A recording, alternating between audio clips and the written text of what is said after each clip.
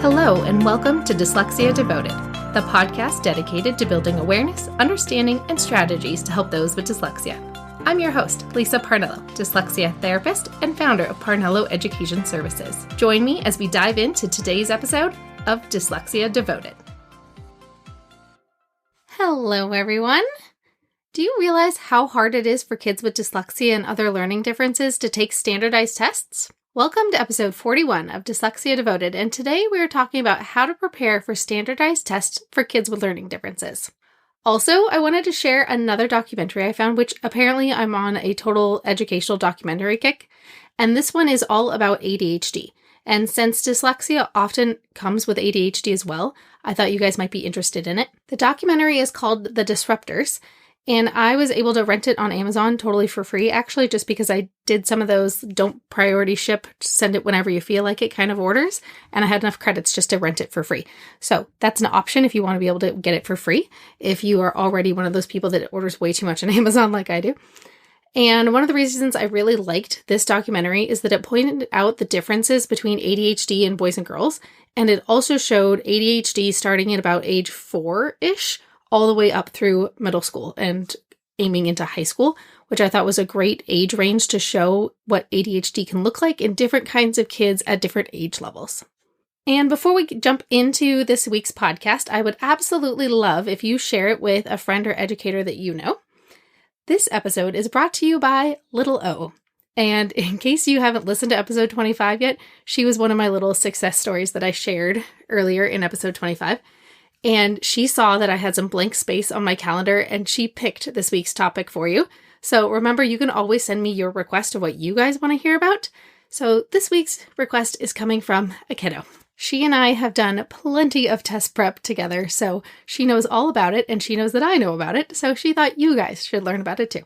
Okay, so as we get started, the first thing we need to talk about are the different types of standardized testing that a student might need to take. Because, well, there's many different kinds of standardized tests. Some of them are the annual state assessments that kids are required to take in public schools. Some assessments are for kids to apply to go to different schools, typically for private schools.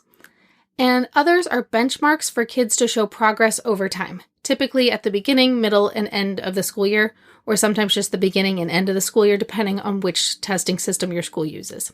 So of these kinds of tests, some of them are required and some are not. And then one thing to keep in mind is that sometimes you're led to believe that they're required when they're actually not. For example, a lot of times the state testing, you can actually waive the requirement to do standardized testing, especially if a child has learning differences. Typically, you have to formally request that in writing.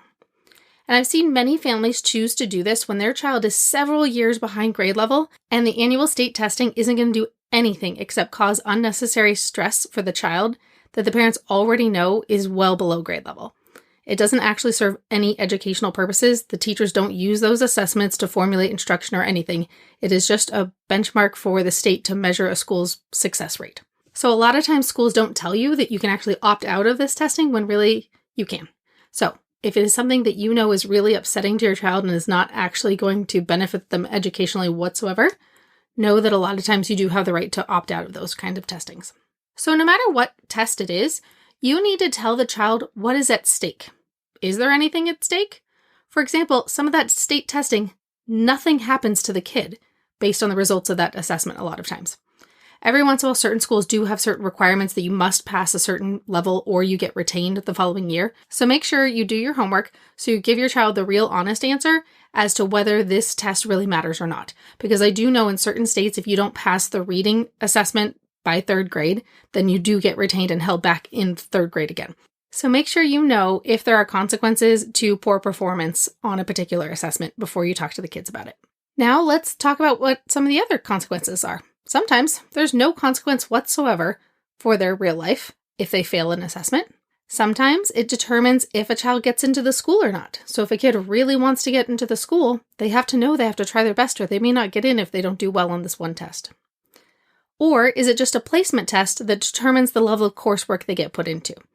Or if they don't give their best effort, they're going to be bored out of their mind in class next year because they just guessed on the test when really they could have done a lot better. So make sure no matter what the outcome is of the assessment that the student knows what it is. One thing that I often point out to my students is that certain tests intentionally have harder questions than the students could ever really answer correctly. A lot of times you'll see this on an assessment that is meant for multiple age levels, because what they expect a 5th grader to do is not the same thing as what they expect the 6th grader to do on that exact same assessment. Sometimes they put harder questions on there that will help them identify if a student, for example, is gifted. If it's on a placement test and this student is scoring way above what is typical, that is sometimes used to put a student into things like honor classes and things like that. So if you have a child with learning differences who's likely to not end up in those honors classes, we have to make sure that the kids know that we don't expect them to get every problem right. We have to let them know that it's okay to get some wrong and that they're put on the test knowing that most of the kids are probably going to get that question wrong. It's just to give a little push for some of those kids who just on a slight chance might get it right. One thing you need to do is warn the kids that there are going to be some questions that they have no idea what the answer is, and that's totally okay. We teach them, don't stress out about it. It's okay if you don't know the answer to this problem, but don't let the stress of this problem also make you get the next problem wrong too, just because you're freaking out. We want the students to know that they have other choices if they don't know the answer. They can narrow it down because there's always answers that could not possibly be correct because they wouldn't make any sense at all. And a lot of times kids with dyslexia, even if they aren't the greatest readers, they have pretty good logic brains and they can tell you, wait a minute, that answer wouldn't make any sense at all. There's no way that could be true. That can really help them narrow it down so that they have a better chance of getting it right, even if they're not certain as to exactly which answer it is. Now that the student knows what kind of test it is and they know what to expect and what the consequences are, you need to determine what your testing plan is. While students are entitled to accommodations, it's often overlooked until the last minute. I can't even tell you the number of times a school has forgotten to give a kid their accommodations. Not because they don't want to, but have you ever tried administering assessments these days? Especially now that they're on computers and devices all the time, there is always something glitching at the very last minute. Somebody's test won't unlock. Somebody unlocked the wrong test and did the math test instead of the reading test, and all sorts of debacles happen. And so when we are trying to do this testing, it's not that the educators don't want to give the accommodations, it's that there's just a lot going on surrounding getting ready to even administer the test to the class in general, not even counting the kids who need those special accommodations. So here are some things that you need to do to make sure it goes as smoothly as possible for your child.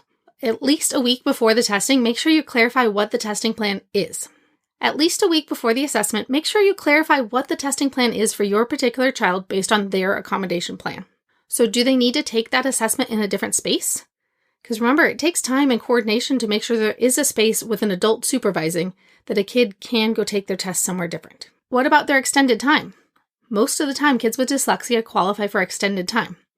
Now, does that happen right away? Does the student just keep staying in their class when the other kids get to leave? Do the students take a break when all the rest of the kids leave the class and then they come back and do it again? Are they going to do the entire test all in one sitting, or are they going to get breaks in between? And because they need this special accommodation, is their test even going to happen on the same day as their classmates? I know a lot of times some kids will actually take their test on a different day when there are more staff available to give them the appropriate accommodations. So make sure you know ahead of time what that plan is. Or if the student's supposed to get the questions read to them, when is that happening? What time of day? Because you know they're not going to get those questions read to them in the middle of a classroom with 25 other kids taking the same test. That's not going to happen that way. It needs to happen in a separate space by a separate teacher usually. Another thing is one of the accommodations a lot of times kids with dyslexia will get is the use of a calculator because they can't rapidly remember their math facts. Well, you need to make sure, is there a set type of calculator they're supposed to use? Because I've definitely seen kids get turned away their use of a calculator because they had too fancy of a calculator and they might cheat and put answers in there or something crazy. Like, I don't know any 10-year-old that knows how to put the answers to a standardized test in their calculator, but sometimes they have crazy rules when they have these standardized assessments. Sometimes scratch paper is also an accommodation, so make sure that your child knows to ask for that sometimes. You don't necessarily need a whole different testing setting, but they need to at least remember to ask, or the teacher just plain might forget.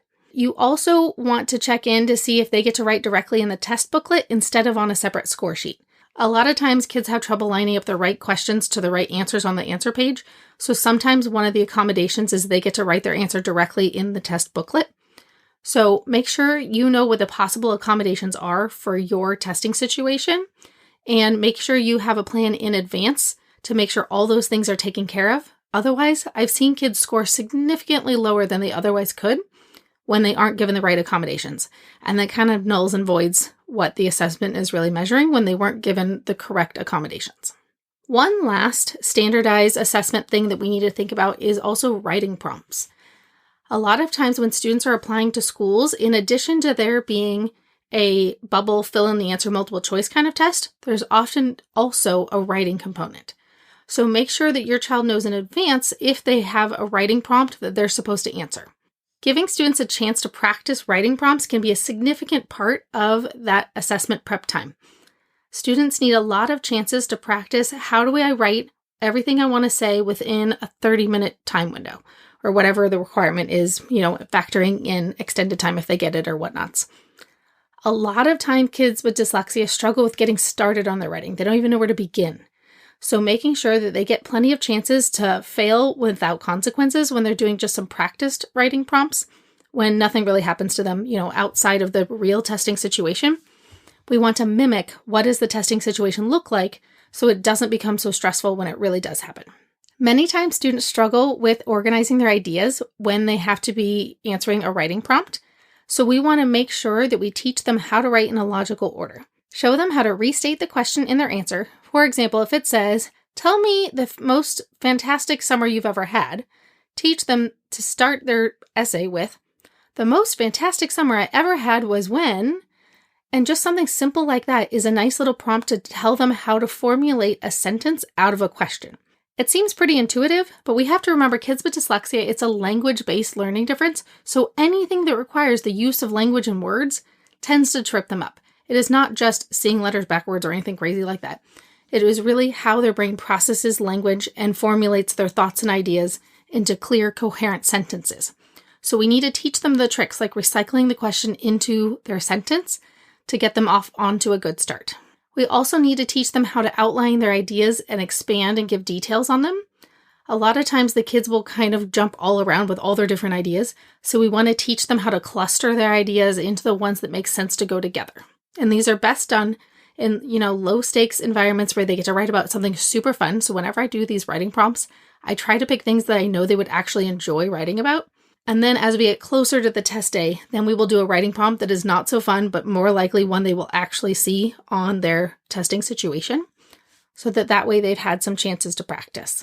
After they've done some practice writing, then you start giving them some feedback and teaching them how do we clarify their point, teaching them where are the parts they might want to add more detail. And then making sure, no matter what, you always praise the good stuff. Remind them of all the fantastic things that they did. It is so crucial that we don't get all stuck in the weeds and getting nitpicky on every single little detail of things that may have been a mistake on their writing, and make sure that we point out how fantastic their ideas were, pointing out the really strong sentences, pointing out which ones are your favorite and why they're your favorite, and telling them what they did really well. We want to make sure we keep reinforcing all the things they're doing well and not just nitpicking on all the things that are problems. All right, time to recap our episode for today. We talked about the different types of testing and the importance of telling the students what the stakes are involved. Does passing this assessment mean they do or don't get into their favorite new school? Does this assessment mean that the state gets a score and nothing happens to the kid? Does this assessment mean they get placed in a particular level of coursework at their new school?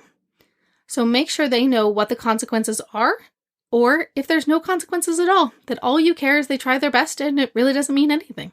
Making sure that the kids know going into it the level of importance and what they need to do. Then we talked about determining the testing plan and making sure all the appropriate accommodations are in place well in advance of the assessment so it doesn't get forgotten by busy teachers and school staff at the last minute. And then don't forget to practice with essay prompts. A lot of times benchmark assessments or the application to get into a new school will include an essay prompt. So make sure the kids aren't blindsided by that and they've had some chances to practice their writing, preferably on topics they greatly enjoy, and pointing out all of the fantastic things they've done, not nitpicking on every tiny little mistake. Okay, before we go, don't forget, go share this podcast with a friend or educator that you know, and keep spreading the word about dyslexia. And I will link the documentary that I mentioned in the show notes where you're listening to this right now. Or don't forget, if you join the Dyslexia Devoted newsletter at parnelloeducation.com/email, then I will send the links to our podcast resources that I talk about all the time, because I don't know about you, but I listen in my car where I'm not exactly writing notes of the things I want to go check out later. So it's super helpful if you just get it in your inbox and you can click on the links as I mention them. And that newsletter goes out every Thursday. All right, that's it. I'll see you next time. Thanks for listening to today's episode of Dyslexia Devoted. Join us for our next episode by subscribing to this podcast as we devote each episode to different aspects of dyslexia. See you next time.